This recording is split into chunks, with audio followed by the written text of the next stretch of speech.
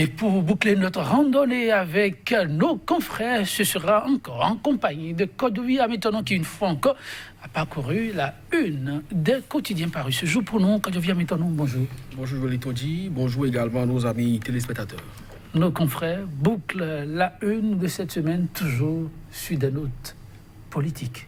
Oui, mais pas d'espoir, parce que hier nous le disions, le jeudi était attendu comme pratiquement le dernier jour d'espoir pour le peuple béninois, pour ce qui concerne la sortie ou non de l'impasse politique dans laquelle se trouve le pays. Mais malheureusement, ça n'a rien donné au niveau de l'Assemblée nationale, si ce n'est que des invectives de part et d'autre. Ceux qui pensent qu'ils ont aujourd'hui toute la légitimité possible pour aller aux élections, même si le chef de l'État n'entend pas de cette oreille.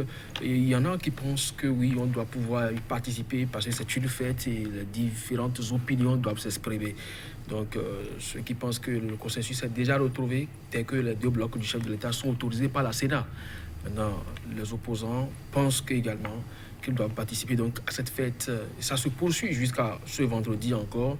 On attend de voir si le génie béninois pourra donc faire encore un miracle au niveau du Parlement. Mais au-delà donc de cette préoccupation qui agite l'Assemblée nationale, des citoyens ont également d'autres préoccupations de l'heure et avec la plupart des cas, vous aurez donc le temps de le constater. Alors dites, on va démarrer toujours avec Actu Express ou Non, pas du tout. Actu Express n'est pas au rendez-vous, mais c'est beaucoup plus la dépêche ce matin qui nous amène donc au niveau de l'Assemblée nationale et rapporte les propos de certains honorables députés. Le plus jeune est la doyenne d'âge. Elle a dû le plus jeune de dire, déclaration donc de député Guy Mitopé à la plénière du 28 mars, nous allons envahir les 77 communes du Bénin.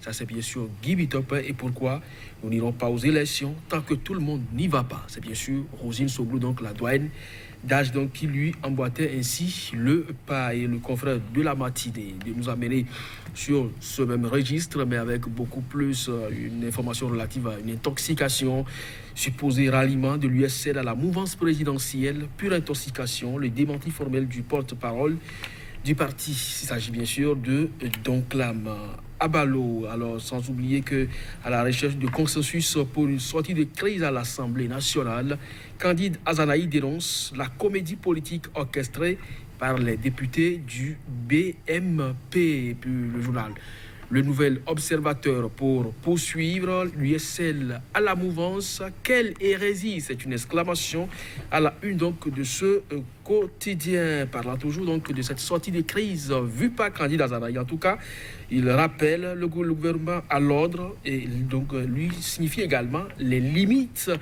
interdites par l'article 66 de la Constitution de 1990, Assemblée nationale, toujours avec le Nouvel Observateur, vers le dégel de la crise. En tout cas, le peuple toujours dans l'attente. L'événement précis, tractation pour sortir de l'impasse électorale. L'Assemblée nationale peine à trouver le consensus.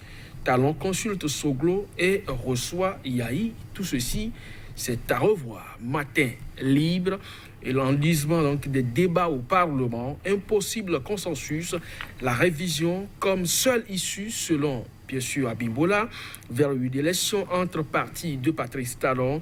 Les OSC appellent à la régulation de la Cour constitutionnelle. Les centrales exigent des élections inclusives. L'opposition au pied du mur. Et puis, point média pour terminer, confondu par les tests votés par leurs soins. Les syndicats ridiculisent les députés. Et bien sûr, toujours parlant donc de cette sortie de crise à l'Assemblée nationale, le miracle parlementaire se fait toujours attendre. Prophétie de Nouroudine Sakasalé réalisée. Le BMP campé dans ses bavardages. L'opposition est unanime, pas d'élection sans zèle. Et puis toujours parlant donc de ce qui se passe au niveau de l'Assemblée nationale, Talon et le BMP s'entêtent à réviser la Constitution, constate le journal, et dégel donc de la crise électorale. Mbedi dresse le bilan de ces démarches. Joël Yetonji.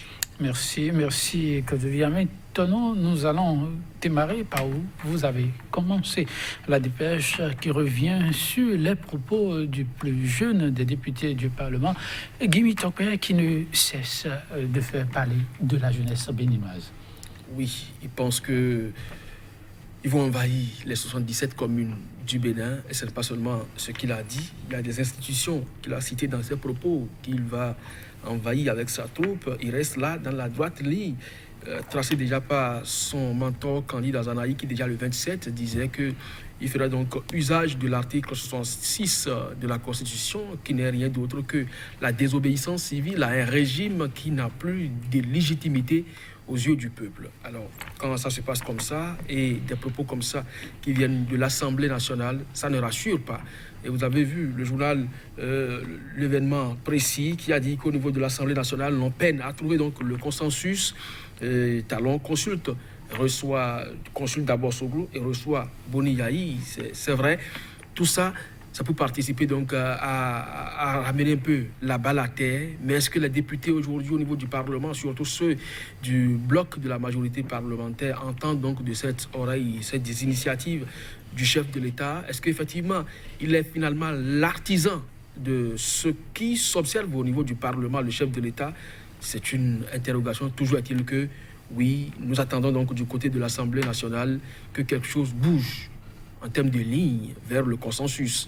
Mais si on ne le trouve pas, cette ligne-là, eh bien, les acteurs politiques vont en décider. Abimbola pense que c'est toujours possible. Il est du bien-play, une voix qui compte au sein du bloc de la majorité parlementaire. C'est Matin Libre qui rapporte ses propos. On retient à substance, Abimbola, je cite, si c'est possible d'aller à la modification de l'article permettant cette prorogation, oui, pourquoi pas, le consensus pourrait être trouvé. Un point qui se trouve être un point d'achoppement. C'est une piste dangereuse, ce n'est pas moi qui le dis, c'est des sachants, c'est des juristes de haut niveau qui se sont déjà penchés sur la question et pensent qu'on n'a pas besoin de toucher à la Constitution avant de pouvoir donc on ne peut pas leur faire confiance, ce sont les députés qui parlent. Vous savez ce que ça veut dire, les jurisprudences dans ce pays. Quand ça vous arrange, on les agite à bout de champ. Donc ça voudra simplement dire que lorsqu'on ouvre cette brèche aujourd'hui au niveau du Parlement, en touchant l'article 80, eh bien on peut prétexter de cela pour amender la Constitution à 93%, comme on l'a déjà fait, sans pouvoir créer une nouvelle république. Et c'est bien sûr celui qui l'a dit, qui aujourd'hui préside la Cour constitutionnelle. Il avait dit, lorsque vous ajoutez ou vous enlevez une seule virgule à la Constitution, eh bien, vous créez une nouvelle république. Mais quand il est question pour lui de proposer à 93% la modification de cette Constitution, il estime que nous sommes toujours dans la même république. Donc, si vous donnez aujourd'hui l'occasion de s'attaquer à ce point de la Constitution, vous leur donnez également l'occasion de modifier au fur et à mesure, au gré, toute la Constitution. Rappelez-vous, Joël Laïvon l'avait déjà dit au cours d'une entrevue que nous ne sommes plus en train d'exploiter aujourd'hui la Constitution de 90. Parce qu'il y a des pans qui ont été déjà modifiés, qui ont connu des rallonges. Parce que quand la Cour, par exemple, déjà en 2011, avait demandé qu'on prolonge d'une manière ou d'une autre le mandat des députés afin de rester quand même dans une certaine accalmie politique, c'est déjà un consensus qui a valeur constitutionnelle. Et là-dessus, ça vient se greffer donc aux lois de la République. Donc aujourd'hui, aller à l'intérieur de la Constitution et modifier des pans d'articles, je vous l'ai dit, ce n'est pas une piste à emprunter et ce n'est pas moi qui l'ai dit. Des sachants se sont déjà prononcés sur la question. En tout cas, alors qu'au niveau de l'Assemblée nationale, l'issue semble improbable.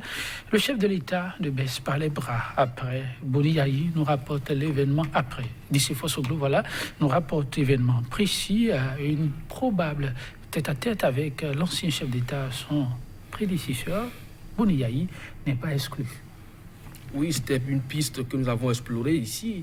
Oui, après le président Soglo, il pouvait quand même recevoir Yahi Boni parce que nous l'avions déjà dit que c'est une chance pour lui d'avoir deux anciens présidents encore en vie autour de lui. Mais vous avez vu, quand il a déperché le ministre de l'Intérieur au domicile du chef de l'État, Boni Yahi, pour lui... C'est Soglo, vous l'avez dit? Non, vers le président Boni Yahi pour lui laisser donc son invitation, une invitation que l'autre a déclinée. Eh bien, vous avez vu ce matin l'acharnement et le lynchage médiatique dont il a fait objet le président Boni Yayi. Et c'est cette manière de fonctionner qui doit être découragée dans la République. Lorsque vous ne parlez pas le même langage, on vous attaque dans les médias. Ce n'est pas une bonne chose parce vous que avez nous parlons spécifié tous. les médias. Est-ce qu'il ne faut pas faire la part des choses, situer les responsabilités? Les médias, ça a une structure faite hier. Il y a des responsabilités à situer. Ne voyez-vous pas que devient maintenant, là, quand on parle de la République, ne faille-t-il pas que chacun prenne ses responsabilités? Vous avez quand même le temps, vous êtes aussi journaliste, je le suis, on s'observe.